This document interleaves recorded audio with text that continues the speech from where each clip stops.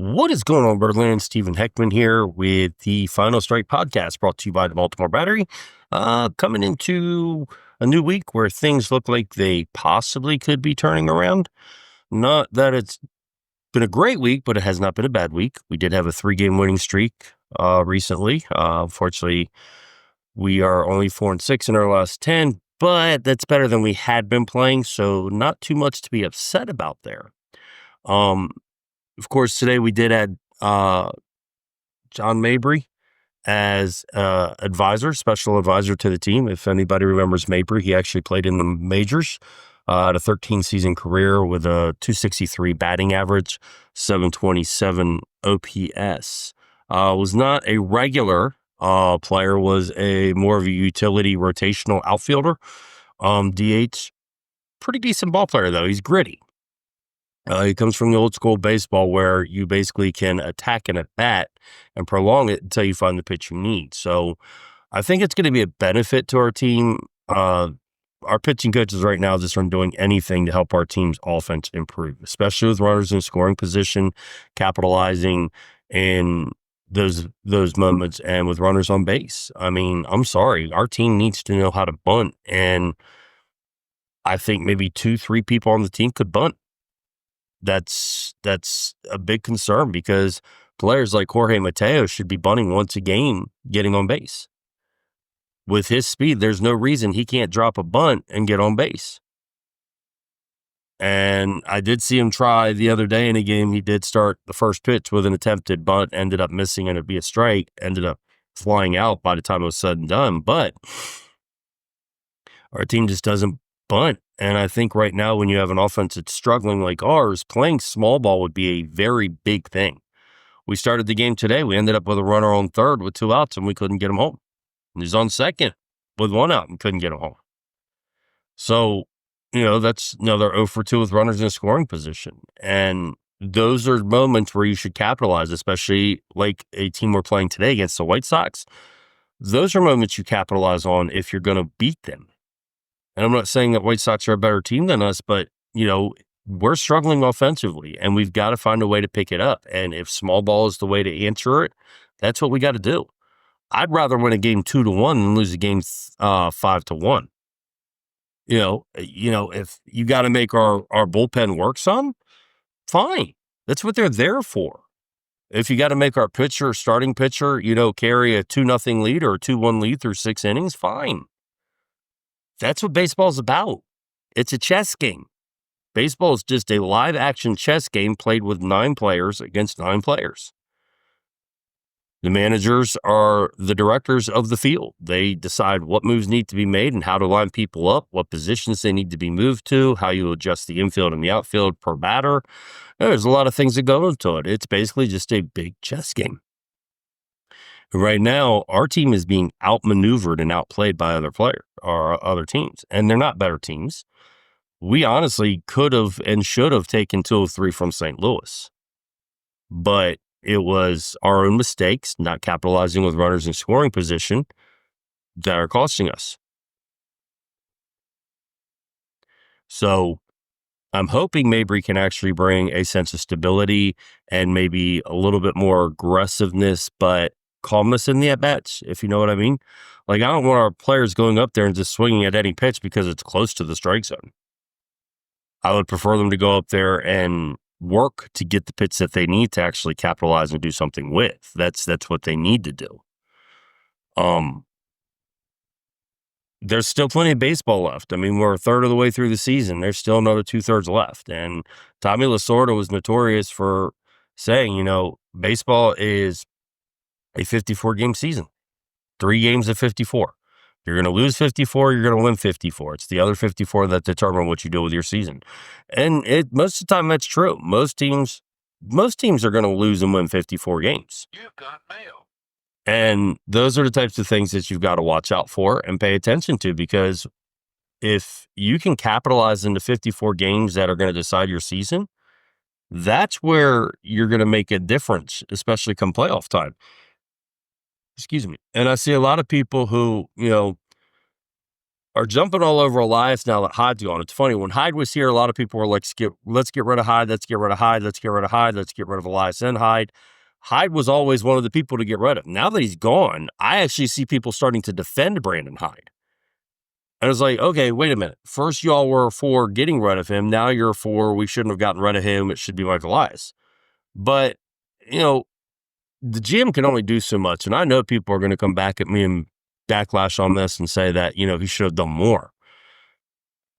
But when you expect to have Grayson Rodriguez as probably your top pitcher, followed by Zach Eflin and Tomiyoko Sugano, why would you go out and invest more money than you had to at that moment? We also had Dean Kramer, Chase McDermott, Cade Povich, Albert Suarez, and Charlie Morton, all vying for the last technically 2 spots in the rotation.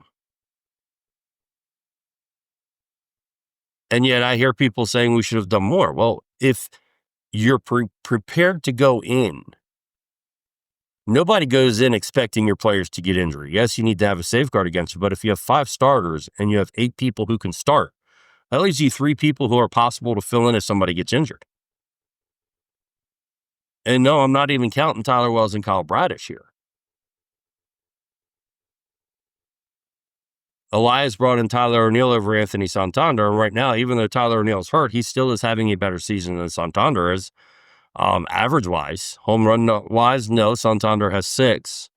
And last I saw, he had 18 RBIs, but I knew O'Neill's not striking out as much. Granted, he's not playing right now, but you did what you could. You found a player who was willing to take the contract we were offering because we do have other players coming up. I mean, we still have Dylan Beavers. We still have Judd Fabian, Enrique Bradfield Jr., who will probably be our center fielder next year if we don't sign Mullins. Those are 3 outfielders right there. And then you already have Colton Cowser. If whatever we do with Heston Kjerstad, which that's going to be next on our list anyway to discuss, you have outfielders. Your infield's set. I mean, it's going to be, Mountcastle or Ahern with Holiday, Henderson, and Westbrook, with Ramon Urias filling in as needed. So I'm still baffled that I'm still seeing people say that Elias should have done more. And I'm not saying Elias is completely free of any blame. What I'm saying is the way everything was set up this year, none of it was expected to happen the way it happened. And it snowballed. It turned into a giant snowball. Yes, we tried to get Kyle Gibson in here to help out because it was supposed to be a short-term thing anyway. Didn't work. Charlie Morton finally won his first game, and he actually looked good. But you can't go in and just sign people hoping that you have them available. A lot of people that are professional major leaguers and have been for quite some time are not willy-nilly going to take a minor league contract and hope somebody gets hurt. It's just not going to happen. And those are things that you've got to look at. We've got pitchers coming up. We've got pitchers coming through the system. Chase McDermott and Cade Povich are pretty much where they need to be in AAA to be up where they're at. Now, Ben McDonald was saying the other day that with Cade Povich, he still hasn't had 25 starts. He still hasn't reached 200 innings. And usually it's about the 200 inning mark where it starts to click for most pitchers. And it's true. But you can see progress and you can see strides that Cade Povich is making. Each start, he seems to be getting better. Even the start the other day, he struck out 9 batters. Lasted only 4 2/3 innings, but he still struck out 9 batters. Okay, so there's enough potential there that he's got to bring what's helping him with the strikeouts, help eliminate the walks and the hits with runners on base. That's where he's getting hurt, is he's walking a lot of batters. That's his biggest downfall right now. If he could get his battering, get the batters' walks down, he's definitely going to change a lot of things. But I do see maturity and growth in the guy. I saw somebody the other day saying his curveball is horrible. And yet, when I watched it, the curveball, it's baffling people, even the way it's coming in. I saw it land right in the middle of the plate down, but it came in from the outside, and hitters didn't know what to do with it. His fastball, yeah, he's going to hit between 92 and 94. He might be able to reach back and hit 95 here and there, but his secondary pitches are what's good. That curveball is a decent curveball. That kick change that he's developed, that's a good pitch. And I don't know if he's throwing a splitter or a two-seamer, but whatever his secondary fastball pitch is, it's nasty, and it's a good pitch to set up for strikeouts. He doesn't have to have a 98-mile-per-hour fastball.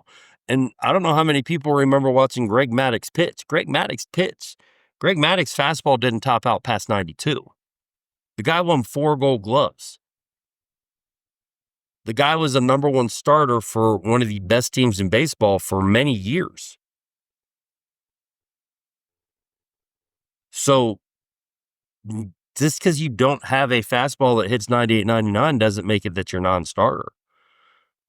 A buddy of mine, Ivan, and me were talking yesterday, and he said he sees Cade Povich as a long man. That's quite possible. I do. It's possible. You make him a swing man, put him in the relief role. But Chase McDermott could fill that role as well. What's helping Povich is he's a lefty. So he's going to have that advantage that right-handers don't have because of where he's delivering the ball from. But he is capable of being a starting pitcher. And if we go into next year the way that it should, and I'm not discounting this year's over yet, but it's going to be a tough year the rest of the year because in order to get back even in the playoff race, we've got to play some unbelievable baseball. But with that being said, if you go next year and you have Grayson Rodriguez and Kyle Bradish as your top 2 pitchers, Dean Kramer, and then you follow it up with Chase McDermott or Albert Suarez, and you go out and you find yourself a number 1 ace, that's a pretty damn good rotation. Even without getting a number 1 ace, you can throw Tyler Wells in there. It's you've got the ability to bring pitchers up from the minor leagues or make pitchers capable of filling bullpen roles that are probably not are going to be available next year. Tyler Wells, I love the guy, and the guy can pitch his heart out. And before he got hurt, he was leading the league in WHIP before he got injured with a 1.01 WHIP at the time, and that was halfway through the season. He was our best starter through the first 2 months of the season. Problem is his arm injuries and the arm fatigue. He's probably suited better for the bullpen. And I can see him as a setup backup closer role with us because he has the experience, he has the pitching capability to actually fill that role. You have Cano and Wells in the back end of the bullpen or back part of your bullpen with Bautista. That's a pretty good 1-2-3 punch. So there's possibilities here, and we might, if we're lucky enough this year, come August, be able to see what our team was capable of doing. You have Colton Cowser and Jordan Westberger starting their rehab assignments. Tyler O'Neill started his rehab assignments. So in a matter of the next week or 2, we can have 3 of our biggest players back. That's going to change your whole offense. Come June, July, you're going to see Grayson Rodriguez and Kyle Bradish and Tyler Wells all in the process of getting back into the swing of game situations. Bradish is actually set to face live batters. Wells has thrown a few bullpens. I think it's 4 or 5 of them now. So there is a possibility that, and it might be too late, and it probably will be. Realistically, it probably will be. We're going to see some pretty damn good baseball come August to the rest of the season with what our team should and could have been. And does that make up for this year? No, it really doesn't. But it at least gives us hope for what's going to come the next year. And we'll see what happens at the trade deadline. The trade deadline is going to be interesting this year because if we keep Cedric Mullins or don't, is going to determine what happens at the trade deadline too. You have the ability, Ryan O'Hearn is a free agent at the end of the year, probably going to get traded. I would not be surprised if Jorge Mateo was on the trade block. I would not be surprised if Zach Eflin and Tomioka Sagano are both on the trade block. I'd love to keep both of them, but if it returns us players and prospects that are capable of contributing next year, or even a starter who somebody wants to get rid of because their contract's too absorbent and we can handle it for the next 2 years, I'll take that. I'll gladly take that. I would not be surprised if we saw Kobe Mayo traded. I really wouldn't. I mean, I honestly think he's better suited as a first baseman, but between Baseo basically going to make his major league debut this year, we might actually see him play some first base because there's a possibility we trade Ryan Mountcastle too. So there's a lot of things that are going to determine how we handle the rest of the season and what we're going to do going into next season. And come July and August, we're going to start seeing a lot of those things unfold. What it does to our team, how it affects the team, and how it alters the team, we're going to find out. Now, I was pretty pissed off last time. I'm a little bit more calm because we actually showed some decent ball game appearances this past few games. So I got to give some credit, but we're still not there. We still have ways to go. That leads me into my next category of Heston Kjerstad. I am a huge Heston Kjerstad fan. I thought it was a great draft pick when we got him. He was the best pure hitter coming into the draft, and everybody said that he was overdrafted, that, we overslotted him and everything like that. So there's a good possibility that Heston Kjerstad's time with our team is done, unfortunately. I love the guy, but he's just not doing anything. Coming into today, he was 3 for his last 28 with 8 strikeouts. He struck out in his first at bat today. So that makes him 3 for his last 29 with 9 strikeouts. What makes this even more interesting, over his last 9 at bats, he has 5 strikeouts. So he had the opportunity to seize control and show the Orioles what he's capable of. And I still think he has the power and capability to be an everyday player. It's just not working and translating with us. And I go back to what Kyle Stowers said, and who's actually having a very strong year in Miami. Kyle Stowers, I was a huge fan of. I used to talk about him in the Baltimore Battery. He said he just needed that chance. Look what he's doing in Miami. So the talent's there. But he made fact that you have all these players playing the same position that are good ball players. And when you get to where you think you're getting and other players get there too and their name's called first, it starts messing with your head. And I'm wondering if that's what's happening with Kjerstad. Kjerstad, the pressure was on Kjerstad to actually deliver this time. And he knew if he didn't, that his opportunity was probably done. And he probably went out there and pressed and tried too hard because he was swinging at pitches that I know the dude can hit. You listen to what they're saying he's doing in batting practice. He's smoking the ball. He's nailing the ball. So the guy has the ability to do all this. I really think the pressure to succeed based off him being the number 2 pick is what's hurting him. He unfortunately missed the first season he was drafted because of COVID. Then after that, he had myocarditis, which he missed 18 months of. So you're talking about almost 3 years of development this guy missed. And then he went through the minor leagues. He actually tore the minor leagues up. So you can't tell me that the guy has no capabilities. I just don't see it's going to fit in with the team anymore. And as much as I love the guy and would love to see it work out with us, I foresee him actually being traded too. Somebody's going to take a chance on the guy. He's 26, 27 years old. He's entering his prime years. The guy is pretty strong hitter when the pressure's not on. I know it's there. We've seen him crush home runs when he hits them. His defense has improved drastically. Now, he did have that one blunder in the game the other day where 95% catch rate and the ball popped out of his glove. But overall, his defense has drastically improved this year. It has improved a lot. He's made some very strong plays in the outfield. So, if anything, his defense is going for him. But he went 3 games without having an at-bat. He's in the lineup today, but he went 3 games without having an at-bat. So, the writing's kind of on the wall there. And I hate to say that. We actually signed another outfielder just to help filling in the outfield because Laureano got hurt. So that's how much confidence they have in Heston Kjerstad that they went out and signed another guy. And then you had Mateo and O'Hearn actually getting outfield reps with Kjerstad on the bench.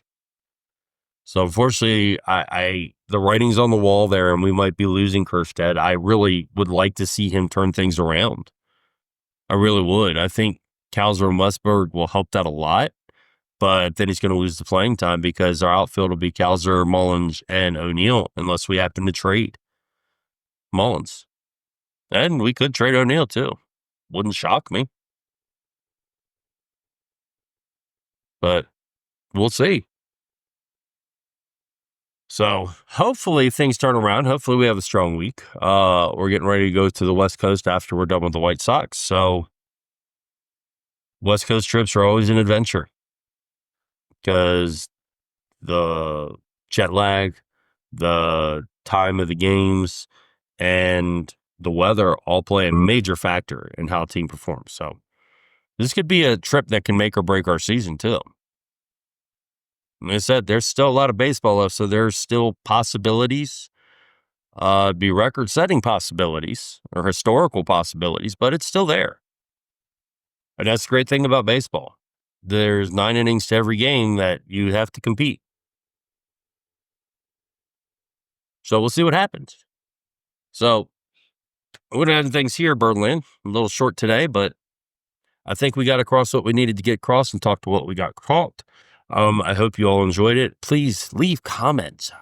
I need comments. I want to know what y'all think. I want to know what y'all want to know about or what you want me to discuss. Whether you agree or disagree with what I'm saying, go ahead and leave these comments. I don't mind. I like the feedback. Even negative feedback is feedback. It doesn't have to be all good, and I hope nobody's trashing me. I mean, I'd like to think I have some type of knowledge here, but definitely, I'd love to hear from you all. I want to know what you're all thinking, how you all are feeling about this. Do you think there's certain players that we're going to trade or not? Do you think that, with players returning, is it going to help our team or are we going to be in the same rut that we're in right now? We're going to find out soon, but I want to know what you're thinking. Don't forget to make sure you like, share, and subscribe. If you're on TikTok, you can follow me here at SRJ Heckman. If anywhere, actually, SRJ Heckman on TikTok, Instagram, YouTube, X. Find us all there. But make sure you like, follow, and subscribe. Please make sure you share. That's the only way we're going to get this broadcast channel up and we're going to get more people involved. We would love to have more aspects. We'd love to be able to do some live events with you all where you all can actually ask questions live and me answer them. So please make sure you like, share, and follow. I want to give a big shout out to Dubby, one of my partners, Dubby Energy Drink. Go to www.gg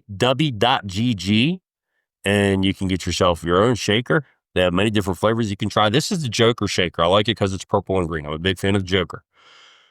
Go there, get a sample pack if you want. They have shaker and it comes with 6 different flavors, single serve flavors. Try it out.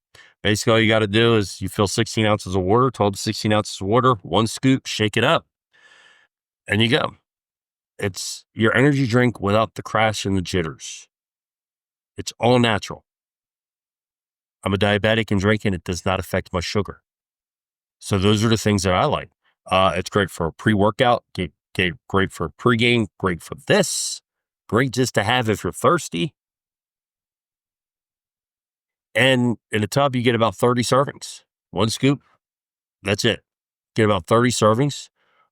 If you go to w.gg and you put my name in, Stephen R. Heckman, so Stephen, the letter R, and then Heckman, Heckman, you can get 10% off your order too. So head on over to w.gg, get your W today, and make sure you get your W on. I also want to give a big shout out to the Baltimore Battery. Do not forget that without the Baltimore Battery, we would not be here. So I want to give a big shout out to them because they've given me the opportunity not only to write for them as their head writer, but also be able to put on this podcast. So big shout out to the Baltimore Battery. Don't forget to check out the BaltimoreBattery.com and look at all your favorite writers and all the different things we have between Zach Bucklow, Justin Supton, Matt Farr, RJ Delberto, Nick, me, and Jared, you got plenty of people to follow, plenty of people to look at, and plenty of articles to read. We do try to get something out nearly every single day to keep you all involved and let you all know what's going on. The Baltimore Battery, from fans to fans. And we love your feedback. You can find the Baltimore Battery on social media at TikTok and Twitter with the tag at the Be More Battery. And last but not least, want to give a big shout out to Scooters for Rent, who is changing their name from Scooters for Rent to Advanced Mobility Solutions, or Advanced Mobility Solution, excuse me. But without them, I would not be here with the lights on, having fun talking to you. They're one of our biggest sponsors. So don't forget, if you're in the Maryland, Delaware area and you need mobility equipment that stems from mobility scooters, manual wheelchairs, beach wheelchairs, or electric wheelchairs, and lift recliners, give them a call. Tell them Stephen from the Final Strike sent you. And until next time, Birdland, please keep that beer cold. Have a good one, and peace out. Talk to you next time.